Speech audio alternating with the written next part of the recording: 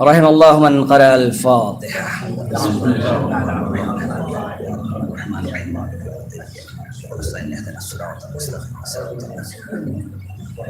غير المغضوب عليهم. بسم الله الرحمن الرحيم.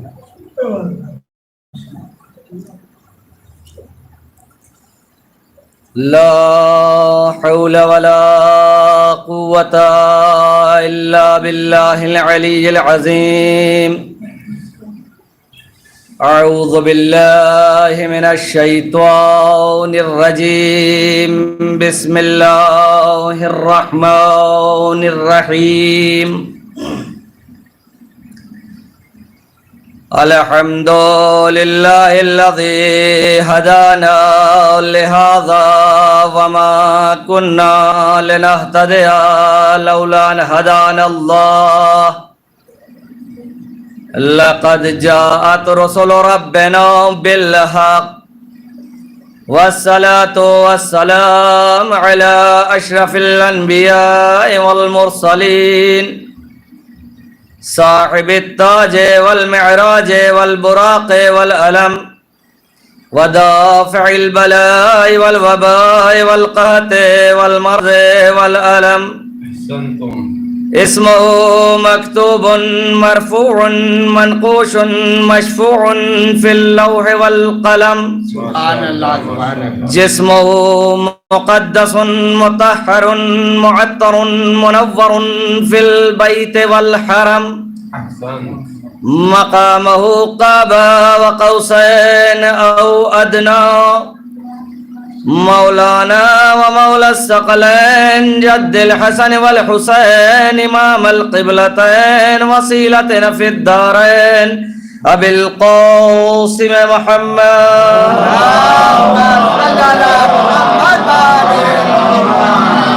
وآله الطيبين الطاهرين المعصومين المظلومين ولعنة الله على أعدائهم أجمعين من يومنا إلى قيام يوم الدين. أما بعد فقد قال أبو عبد الله الحسين عليه السلام: إني لم أخرج أشرا ولا بطرا ولا مفسدا ولا ظالما بل خرجت لإصلاح أمة جدي رسول الله صلى الله عليه وآله وأريد أن آمر بالمعروف وأنهى عن المنكر وأسير بسيرة جدي وأبي علي بن أبي طالب صلى الله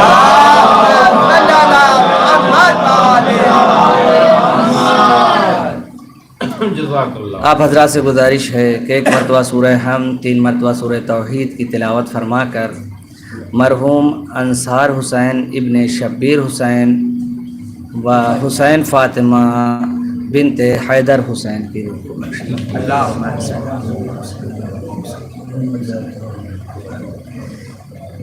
الحمدللہ رب العالمین إياك نعبد وإياك نستعين اهدنا الصراط المستقيم صراط الذين أنعمت عليهم غير المغضوب عليهم.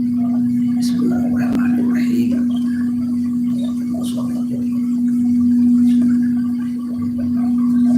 ولم يولد ولم يكن له كفوا أحد. قل هو الله أحد الله لم يلد ولم يولد ولم يكن له كفوا أحد. اللهم صل على محمد وآل محمد. اللهم صل على محمد.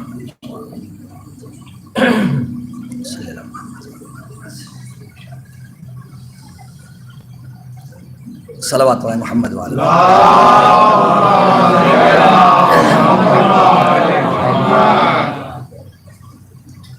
محترم سامعین، میں نے آپ حضرات کے سامنے مولا امام حسین علیہ السلام کی بہت مشہور و معروف حدیث کی تلاوت فرمائی. زیادہ تر آپ حضرات اس حدیث کو سنتے رہتے ہیں، اس لیے کہ یہ حدیث مولا کی بہت ہی مشہور ہو گئی ہے. چونکہ مولا نے بہت ساری حدیثیں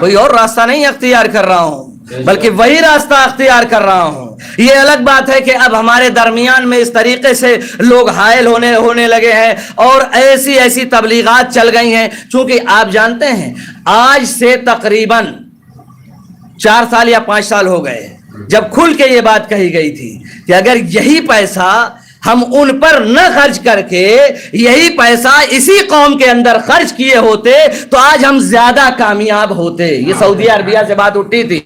میرے جوانوں میرے بچوں اس بات کو یاد رکھنا, سعودی عربیہ سے بات اٹھی تھی کہ آج یہ پیسہ جو ہم وہابیت پر صرف کر رہے ہیں اگر یہ وہاں نہ صرف کرتے بلکہ یہ اسی میں شیعت میں صرف کرتے تو آج ہم کامیاب ہوتے.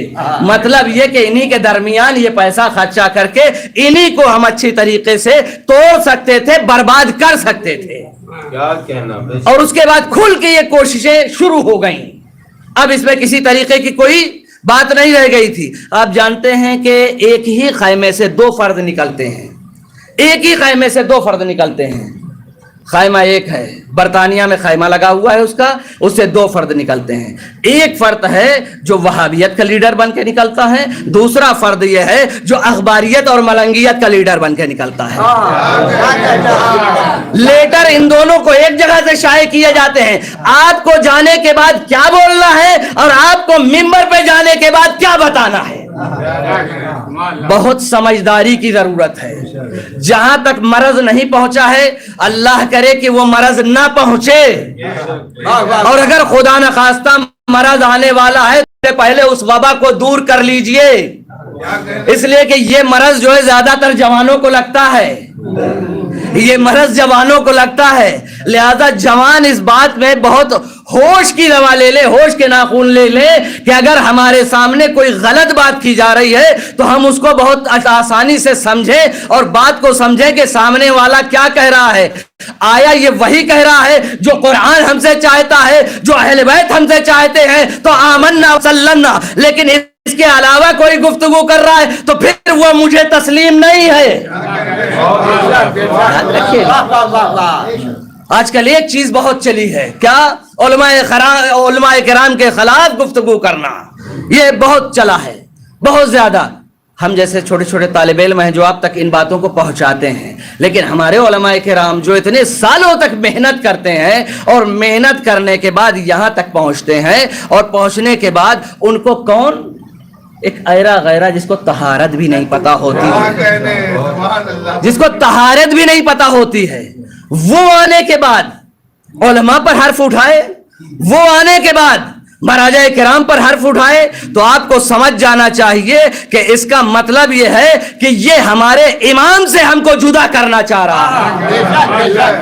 اس لیے کہ ہر گھر میں, ہر خاندان میں, ہر قوم میں ایک لیڈر ہوتا ہے. اگر وہ لیڈر نہ ہو تو گھر بھی تہس نہس ہو جاتا ہے, خاندان بھی تہس نہس ہو جاتا ہے, اور وہ لیڈر نہ ہو تو پوری قوم بھی تباہ و برباد ہو جاتی ہے. اور یہ سمجھ لیا دنیا نے کہ دیکھو ایسا ہے کہ ان کا فتوے میں بہت طاقت ہے. یہ ایک فتویٰ دیتے ہیں, یہ سب پھر کچھ نہیں دیکھتے کہ ہمیں کیا کرنا ہے, یہ سب ٹوٹ کے چلے جاتے ہیں. لہذا کوشش پوری اس میں جاری رکھی کہ مہاراجہ کرام کے خلاف تیار کیا جائے ہمارے جوانوں. اور اس کے بعد وہ مہاراجہ کرام کے خلاف تیار ہونے پر جانتے ہیں کیا کرتے ہیں؟ ان کا پہلا کام یہ ہے کہ مہاراجہ کرام کو گالیاں دیتے ہیں. اللہ کرے کہ یہ مرض یہاں نہ آیا ہو, اور آئے تو ہمارے جوانوں سنبھال لینا اس موضوع کو کہ یہ بہت خطرناک مرض ہے. اگر ہمارے گھروں میں, جیسے پہلے آپ بہت خوش ہوتے تھے نا, اچھا اب ان کے گھر میں مطلب چوبی صاحب کے گھر میں جو ہے وہ 2 بیٹے تھے, دونوں میں جو ہے نا اتفاقی ہو کیوں ہو گئی, ایک کہتا ہے فاتحہ دلائیں گے, ایک کہتا ہے نہ دلائیں گے. اس پر ہم خوش ہوتے تھے, لیکن آج ہمارے گھروں میں بھی یہی حال ہو گیا ہے. ایک علماء کرام کو جو ہے گالیاں دے رہا ہے, مجتہدین کرام کو گالیاں دے رہا ہے, دوسرا جو ہے اس کی مخالفت کر رہا ہے. اور یہ دیکھ لیجئے کہ ہمارے گھروں میں کس طریقے سے یہ سیندھ لگا کے آ رہے ہیں. لہٰذا ہمیں بچانا ہمارے اوپر فرض ہے, ہمارے بزرگوں کو, اپنے بچوں کو بچانا فرض ہے, ہمارے نوجوانوں کو سمجھنا فرض ہے کہ آخر یہ ہمیں کیوں دور کیا جا رہا ہے. کسی قوم کو اس کے عالم سے دور کیا جائے تو یہ سمجھ لیجئے کہ بربادی کی طرف لے جایا جا رہا ہے. اس لیے کہ عالم کے بغیر آج ہم جو بڑے سکون سے یہاں پر بیٹھے ہیں، آپ جانتے ہیں مراجع کرام دنوں رات محنت کرتے ہیں، جتنے بھی باتیں آتی ہیں سامنے ہمارے عقائد پر حرف آتے ہیں وہ وہاں سے بیٹھ کر جواب دیتے ہیں، تب جا کے جو ہے کام بنتا ہے، اور ہم بڑے آرام سے سوئے ہوئے ہوتے ہیں۔ جیسے آپ اپنے ملک میں سوئے ہوئے ہوتے ہیں، بارڈروں پر فوجی رہتے ہیں اور وہ دیکھا کرتے ہیں، تب آپ سکون کی نیند سوتے ہیں۔ اسی طریقے سے ہمارے مراجع کرام ہیں، علماء کرام ہیں، جس کے بعد ہمارے بچے، ہمارے جوان سکون کی نیند سوتے ہیں، اور آج انہی سے جدا کیا جا رہا ہے، صرف اس لیے تاکہ ہم کس طریقے سے اس اسلام میں تباہی لا سکیں۔ اور آپ جانتے ہیں کہ آپ کا تو کوئی بھی دوست نہیں ہے، آپ کا کوئی بھی دوست نہیں ہے، چاہے وہ جس مذہب سے تعلق رکھتا ہو، اور چاہے وہ ہمارے یہاں بھی جو ہے جو اس طریقے سے پیدا کر دیا گیا، تو ہم آپس میں ہی دشمن ہوتے چلے جا رہے ہیں۔ اچھا ایک تلخ حقیقت آپ کے سامنے بتا دوں، یہ دیکھیں گفتگو آپ بہت سنتے رہتے ہیں، مجالس بہت سنتے رہتے ہیں، لیکن آج ذرا سا میری کچھ باتیں میں اپنے جوانوں تک پہنچانا چاہتا ہوں۔ ایک صلوات پڑھیں محمد والے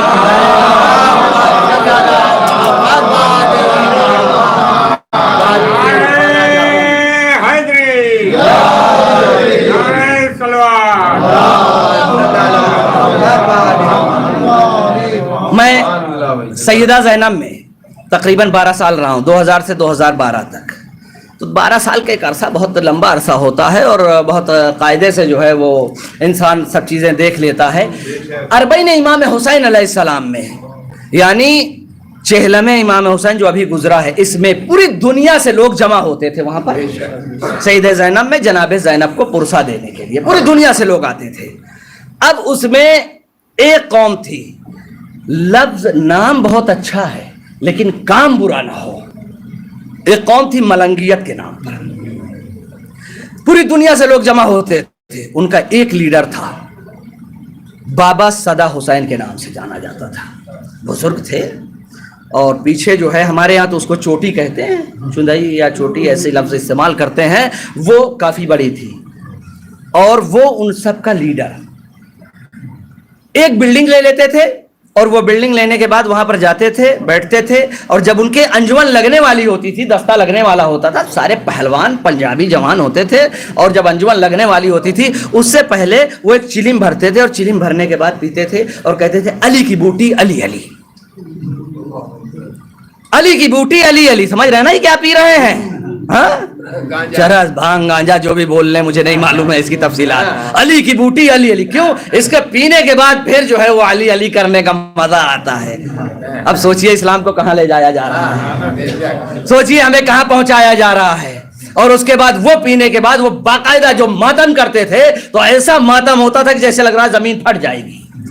میں اپنے جوان بھائیوں سے صرف گفتگو کر رہا ہوں، آپ وہ والی مجلس نہ سوچئے گا کہ جو مجلس آپ سماعت فرمایا کرتے ہیں، آج آپ ایسے ہی باتیں سن لیجئے۔ ایک صلوات پڑھیں محمد وعلى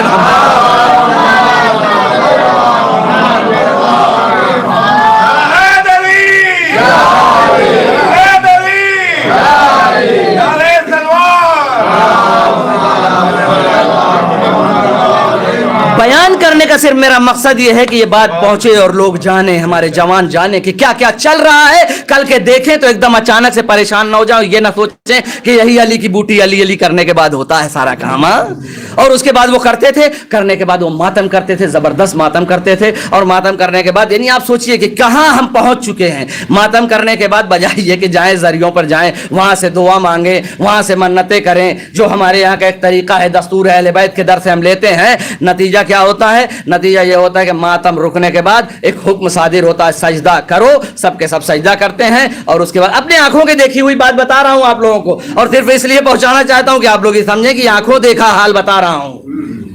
اور اس کے بعد سجدہ کرو، سب کے سب سجدے میں گر گئے۔ اب جو سجدے سے سر اٹھا رہے ہیں تو سب وہی بابا صدا حسین کے کمر سے کمر رگڑے ڈال رہے ہیں، اس کے پیروں کے جو زمین ہے اس کو لے کے اپنے پورے جسم میں ملے ڈال رہے ہیں، اور جو اس کو نہیں پا رہا ہے یہ اپنے اس کا بیٹا برابر میں کھڑا رہتا ہے، اس کے کمر سے کمر رگڑ رہے ہیں، اس کے ہاتھوں سے اپنا جسم رگڑ رہے ہیں، اس کے پیروں کی خاک اٹھا رہے ہیں، لگا رہے ہیں۔ اب اس کو دوسری قومیں جو دیکھ رہی ہیں وہ اس سے کیا اٹھا رہی ہیں فائدہ، وہ کیا سوچ رہی ہیں لوگ کس ٹائپ کے ہیں، کیسے لوگ ہیں۔ ایسے لوگ دکھنے میں لندن، فرانس، امریکہ، دنیا کے لوگ وہاں جمع ہیں، اور وہ لوگ آنے کے بعد ایسی حرکتیں کر رہے ہیں تو قوم کو کیا پیغام جائے گا؟ قوم کو پیغام وہ جانا چاہیے جو اہل بیت چاہتے ہیں،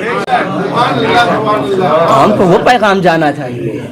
قوم کو ایسے پیغامات کی ضرورت نہیں ہے کہ جس سے اسلام بدنام ہو اور دور سے لوگ کہیں کہ یہ کیسے لوگ ہیں، چرسی لوگ کہاں سے آ گئے جو اسلام میں داخل ہو گئے ہیں۔ اب آپ دیکھیے کہ یہیں پر اخباریت کے جو مین لیڈر اور ہیڈ تھے، آپ نے دیکھا ہوگا، جو جانتے ہوں گے کہ 18 ذی الحجہ کو آج سے 2 سال پہلے کس طریقے سے انہوں نے جو ہے ناچ دکھایا۔ کیا اسلام میں کہیں ناچ آیا ہے کیا؟ ہاں ٹھیک ہے، مولا کائنات کے ولادت کا دن ہے، لیکن کہیں ناچ ہے؟ کہیں لال کپڑا پہن کے باقاعدہ ناچنا ہے؟ کہیں اہل بیت کے در سے سنا ہے؟ کہیں قرآن سے سنا ہے؟ نہیں سنا ہے۔ لہذا اب جب انہوں نے وہ کیا تو کم سے کم وہ اخباریت جو اٹھ رہی تھی ان کو یہ جواب دینے کا لوگوں کو موقع مل گیا کہ کیا یہی لیڈر ہیں تمہارے؟ کیا ایسے لیڈروں کی اطاعت ہوتی ہے؟ کیا یہی ہے جو علماء کرام سے دور کر رہے ہیں لوگوں کو؟ اور بڑے افسوس کی بات یہیں تک محدود نہیں، چلو یہ جوان کریں تو کریں، وہ عورتیں جو داخل ہو رہی ہیں عزا خانوں میں اور دیکھ رہی ہیں کہ آغا خامنائی کی، آغا سستانی کی تصویریں لگی بڑے بڑے، ان کم بختوں کو کہاں لگا رکھا ہے؟ یعنی یہ ان کے جملے ہیں، یہ ان کے جملے ہیں، میں آپ تک پہنچا رہا ہوں، بالکل اوریجنل بات بتا رہا ہوں آپ کو۔ بتائیے، یعنی جو طہارت نہیں جانتا، جس کو طہارت اس دور میں کس نے سکھایا؟ ہمارے مراجع کرام نے ہم کو طہارت کرنا سکھایا، ہمارے مراجع کرام نے ہم نے غسل کرنا سکھایا، ہمارے مراجع کرام نے ہم کو نماز پڑھنا سکھایا، اس لیے کہ اگر ان کی توضیح المسائل نہ ہوتی تو ہم تو کہیں سے کوئی پاکیزگی کی خبر بھی نہیں رکھتے۔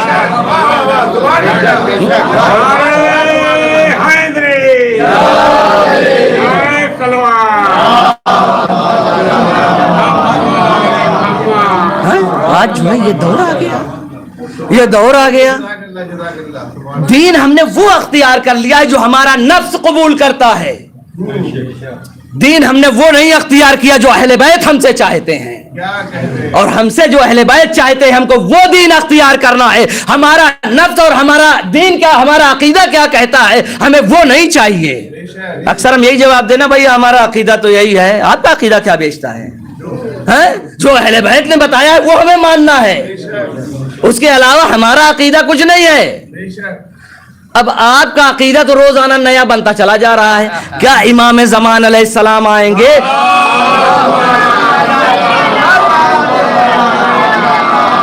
تو ایسے ہی عقیدے کو چاہیں گے؟ آپ بتائیں، جس طریقے سے ابھی ہو رہا ہے کہ عورتیں سڑکوں پر جا کے باقاعدہ حجاب اتار کے اور قمع زنی اور زنجیر زنی کر رہی ہیں، کیا یہی اسلام سکھاتا ہے؟ ہاں، کیا یہ قوم کو یہی پیغام جا رہا ہے؟ کیا مولا حسین نے اسی لیے قربانیاں دی تھیں؟ یعنی واقعی ہر عقل مند انسان سے گفتگو کرو گے، کیا امام زمان علیہ السلام آئیں گے تو یہی چاہیں گے کہ بازاروں میں ہمارے، ارے بھائی ان کی مجبوری تھی، وہ مجبوری کے تحت ان سے رضا کھینچی گئی تھی، تمہاری کون سی مجبوری ہے؟ انہوں نے تو اپنی رضا لٹائی ہے تاکہ تمہاری رضا باقی رہے، اس لیے نہیں لٹائی کہ اس لیے نہیں لٹائی کہ آپ جو ہے بے پردہ ہو جائیں۔ مولانا تشریف فرما ہے، یہ بھی سید زینب میں تھے، بہتر جانتے ہوں گے یہ بھی کہ 40 کے موقع پر 19 تاریخ کو یہی سارا گروپ جاتا تھا جناب سکینہ کے روزے پر، اور بازار شام سے ماتم کرتا ہوا زبردست طریقے سے جاتا تھا، اور وہاں پر جیسے لہیم شہیم مرد ہوتے تھے پنجابی، ویسے ہی لہیم شہیم عورتیں بھی ہوتی تھی۔ اب جب وہ بازار شام میں پہنچی تو بازار شام میں پورے عرب کے لوگ موجود ہیں، سب موجود ہیں، مرد و عورت سب دیکھ رہے ہیں، ٹھیک ہے، مرد ماتم کر رہے ہیں، کوئی مسئلہ نہیں ہے، عورتیں بھی ماتم اپنے حدود میں کریں تو کوئی مشکل نہیں ہے۔ معلوم ہے آپ کو، جیسے ہی بازار شام میں وہ عورتیں پہنچی، دوپٹہ اتار کے ایسے پھینک دیا، اور اب قد و قامت کا خیال کریں اور اس کے بعد ان کے ماتم کا خیال کریں، اور دونوں ہاتھوں سے ماتم بڑے جوش کے ساتھ جا کے ایک ساتھی نے کہا، نہیں اوریجنل بات بتا رہا ہوں آپ کو، سنی سنائی واقعہ کہانی نہیں بتا رہا ہوں، جا کے ایک دوست نے کہا کہ لوگ ہنس رہے ہیں، دوسرے لوگ دیکھ کے ہنس رہے تھے، عجیب عجیب باتیں کر رہے تھے، وہ برداشت نہیں ہو رہا تھا، جا کے ایک دوست نے کہا کہ جو ہے یہ ردا اڑ لو، اچھی بات نہیں ہے، اس طریقے سے دوسرے ہنس رہے ہیں۔ کہا وہ مولوی اپنا کام کر، زینب بے پردہ رہے یہاں اور میں پردہ کروں، اللہ اکبر، یہ تصور ہے ہمارا، یہ اسلام ہے، کیا یہی اسلام جو ہے امام زمان چاہتے ہیں؟ کیا یہی اسلام اہل بیت علیہم السلام چاہتے ہیں؟ خدا کی قسم اگر امام زمان آئیں گے تو بہت ساری ایسی چیزیں ہیں جو ہم لوگ کرتے ہیں رسومات، وہ سب ترک کر دیے جائیں گے، اور ہمیں وہی چاہیے بھی کرنا جو ہمارے، جس سے اہل بیت خوش ہوتے ہوں یا اہل بیت راضی ہوتے ہوں۔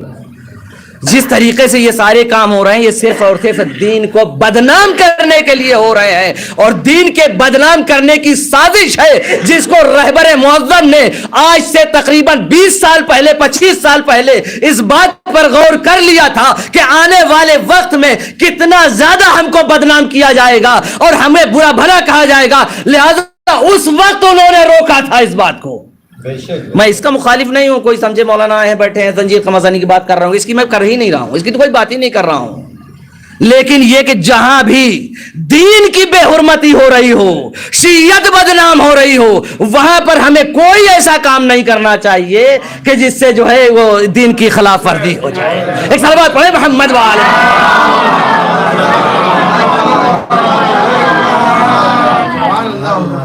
جہاں سے دین کے اوپر کوئی حرف آ رہا ہو، ہمیں ایسا کام نہیں کرنا چاہیے، اور خدا کی قسم یہ سب چیزیں جو ہے ہمارے جوان ہیں وہی سنبھال سکتے ہیں، اور آگے آنے والی نسلوں کو وہی روک سکتے ہیں۔ بزرگ نے اپنی زندگی جو ہے وہ پار کر لیا، بچوں کے حوالے عزاداری بھی کر دیا ہے اور دین بھی ان کے حوالے کر دیا ہے، اور یہ اب جوانوں کی ذمہ داری ہے کہ آگے کس طریقے سے ان کو لے کے چلنا ہے، اس لیے کہ ہم کو کئی طریقوں سے سمجھایا جائے گا، اور اسی میں ابھی دیکھیے گا کتنے نئے طریقے سے شرک نکلتے ہوئے چلے آئیں گے۔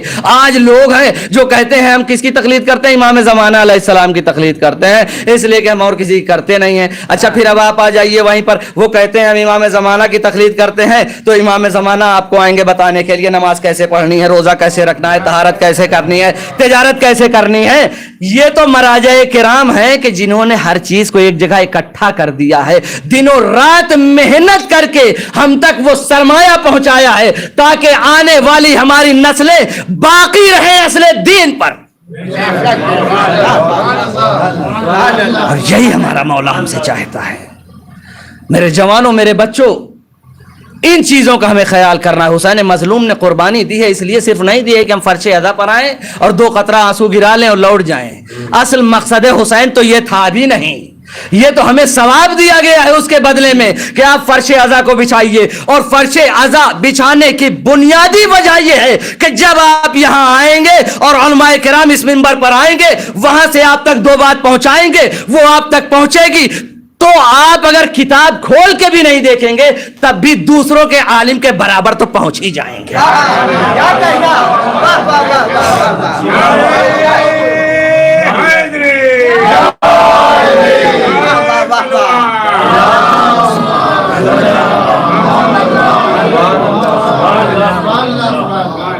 یہ فرش عزا برکت کی جگہ ہے، یہاں آئیے اور لے کر جائیے، اور ہماری بھی یہ ذمہ داری ہے کہ جب ہم منبر پر آئیں تو کچھ ایسی باتیں کریں اپنے جوان سے کہ جو ہمارے جوان یہاں سے جائیں تو لے کر جائیں، اور ہر چیز یہاں سے بیان ہوتی ہے، ہر آدمی اپنے موضوع کے حساب سے بیان کرتا ہے، تبھی تو ہم ہر چیز جانتے ہیں، تبھی تو ہمارے بچے جانتے ہیں خیبر کیا ہے، خندق کیا ہے، احد کیا ہے، مولا کیا ہے، غدیر کیا ہے۔ آج غدیر کا مسئلہ اتنا مہم ہو گیا ہے کہ ہمیں غدیر اسی طریقے سے منانا چاہیے جیسے ہم عاشور منایا کرتے ہیں، کی طرح غدیر منایا ہوتا تو لوگ غدیر کو فراموش نہ کر دیتے، لوگ غدیر کو فراموش نہ کر دیتے، بالکل عاشور کی طرح اگر منایا ہوتا۔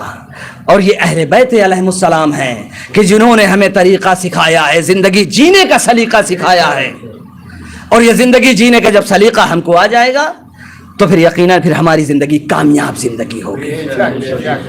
ایک بات آپ لوگوں سے کہہ دوں مثال کے لیے، تاکہ اس بات پر غور کیا جائے، ہمارے بچے اس بات پر غور کریں کہ اکثر ہم لوگ ایک دوسرے پر الزام رکھ دیتے ہیں، اکثر ہم لوگ ایک دوسرے کو کہہ دیتے ہیں فلانے ایسا، فلانے ایسا، فلانے ایسا، کر دیتے ہیں نا۔ آپ کو ایک عالم دین کا واقعہ سناتے ہیں، صرف تربیت کے لیے اپنے بچوں کی، ایک عالم دین کا واقعہ سناتے ہیں۔ ایک عالم دین تھے ایران کے، وہ نماز پڑھایا کرتے تھے، اور ایک دن اتفاق سے ایسا ہوا کہ جہاں وضو خانہ تھا وہاں وضو کر رہے تھے لوگ، اور یہ عالم دین آئے سیدھا، اور آنے کے بعد ٹوائلٹ میں گئے، اور ٹوائلٹ میں جانے کے بعد وہاں سے نکلے اور سیدھا چلے گئے مصلی پہ، نماز پڑھایا اور نماز پڑھا کے اپنا چلے گئے۔ اب یہ جو صاحب دیکھ رہے تھے کھڑے، یہ گئے دوسرے، ارے انہوں نے تو ٹوائلٹ گئے میرے سامنے، ہم نے آنکھوں سے دیکھا ہے، اور اس کے بعد انہوں نے وضو نہیں کیا، نماز پڑھا دیا۔ اچھا، ایک نے دوسرے سے تیسرے سے، یہاں تک کہ دھیرے دھیرے پورے میں یہ خبر ہو گئی، لوگوں نے مولوی صاحب کے پیچھے نماز پڑھنا چھوڑ دیا۔ اب جب ان کے گھر والوں کو معلوم ہوا، گھر والوں میں بیوی نے جینا حرام کر دیا، بچوں نے جینا حرام کر دیا، لیکن بچوں کا باہر نکلنا حرام ہو گیا تھا۔ اور اس کے بعد اتفاق کی بات یہ کہ مولوی صاحب جب دیکھا کہ اب جینا حرام ہو گیا ہے تو آئے، ایک دردی تھے جو عالم بھی تھے، ان سے ملاقات کیا، اپنے دل کی بات کو بتایا، اور بتانے کے بعد وہ وہاں سے سفر کر گئے اور کہا اب ہم دوبارہ لوٹ کر نہ آئیں گے، ہم عراق جا رہے ہیں، ان سے کہہ کے چلے گئے۔ اب یہ مومنین جو تھے یہ تشویش میں ہوئے، کہاں چلے گئے مولانا، کہاں چلے گئے، گھر پہ بھی معلوم کرنے آئے، یہاں وہاں تمام معلوم کر رہے ہیں، مولانا غائب ہیں، مولانا کا آتا پتہ نہیں، لوگوں کے ساتھ اب اتنی زیادہ بدنامی ہو گئی تھی کہ مولانا کا جینا ہی بیکار تھا۔ دیکھیے ایک فرد کی وجہ سے بات کہاں سے کہاں پہنچ جاتی ہے۔ صرف میرا بتانے کا مقصد یہ ہے، اس لیے کوئی بھی قدم اٹھائیں تو یہ سوچ کے اٹھائیں کہ جو قدم میرا اٹھ رہا ہے کہیں ایسا نہ ہو کہ یہ غلط قدم ہو جس کے پیچھے ہزاروں قدم آ رہے ہوں، اس لیے کہ اپنی تو ہم جواب دہی کر نہیں سکتے ہیں، قیامت کے دن سوالات ہوں گے تو اپنے سوال کا جواب تو دے نہیں سکتے ہیں، یہ پوری قوم کا جواب کہاں سے دیں گے؟ اب کیا ہوا، لوگ آئے، اتفاق سے اس دردی کے پاس بھی پہنچ گئے، کہا تم جانتے ہو، تمہارے دوست تھے، کچھ ان کے بارے میں معلوم ہے؟ کہا ہاں معلوم ہے، ہاں معلوم ہے۔ کہا پھر کچھ بتایا؟ انہوں نے کہا کہ نہیں کچھ بتایا نہیں ہے۔ تو ان لوگوں نے ریکویسٹ کیا کہ پھر آپ ہی چلیے، آپ ہی نماز پڑھائیے، اب وہ نہیں ہے تو آپ نماز پڑھائیے۔ اب ان کو تو واقعہ پتا تھا، اتفاق سے ان کے ساتھ بھی وہی حادثہ پیش آیا، لیکن وہ جان کے گئے، اور جانے کے بعد وہ بھی ٹوائلٹ میں گئے، ٹوائلٹ میں جانے کے بعد اب انہوں نے نماز پڑھائی، پھر لوگوں میں ایک شور اٹھا، پھر وہ کھڑے ہوئے، کھڑے ہونے کے بعد کہا زیادہ شور کرنے کی ضرورت نہیں، اب سنو، تم نے ایک عالم دین کی زندگی کو تباہ کر دیا ہے، اور وہ بھی اس طریقے سے کہ تم نے یہ کہا کہ بغیر وضو کے نماز پڑھا دیا۔ کسی کے بارے میں اس طریقے سے غلط نہیں سوچنا چاہیے، کہا بغیر وضو کے نماز پڑھائی ہے، تو وہ شخص جو گیا تھا ٹوائلٹ میں اور نکلا بغیر وضو کے آیا تمہارے نزدیک، وہ وضو کیے ہوئے تھا، لیکن وہ ٹوائلٹ میں اس لیے گیا تھا کہ اس نے انجیکشن لگوایا تھا، اور وہ جو دوا لگائی جاتی ہے اس کو دھونے کے لیے وہ گیا تھا، جانے کے بعد اس جگہ کو اس نے پاک کیا، جا کر نماز پڑھائی، اور تم لوگوں نے اس کو ایسا بدنام کیا کہ آج اس کی پوری فیملی تباہ ہو گئی ہے۔ بولنے سے پہلے سوچو کہ ہم کیا بول رہے ہیں، کس کے بارے میں بول رہے ہیں، کہیں ایسا نہ ہو کہ اس بات کے پیچھے دو چار گھر تباہ ہو جائے۔ یہ ہے مولا حسین کے چاہنے والے جو سوچ کر بولتے ہیں، اس طرح کسی پر الزام نہیں لگا دیتے۔ ایک صلوات پڑھے محمد و آل محمد۔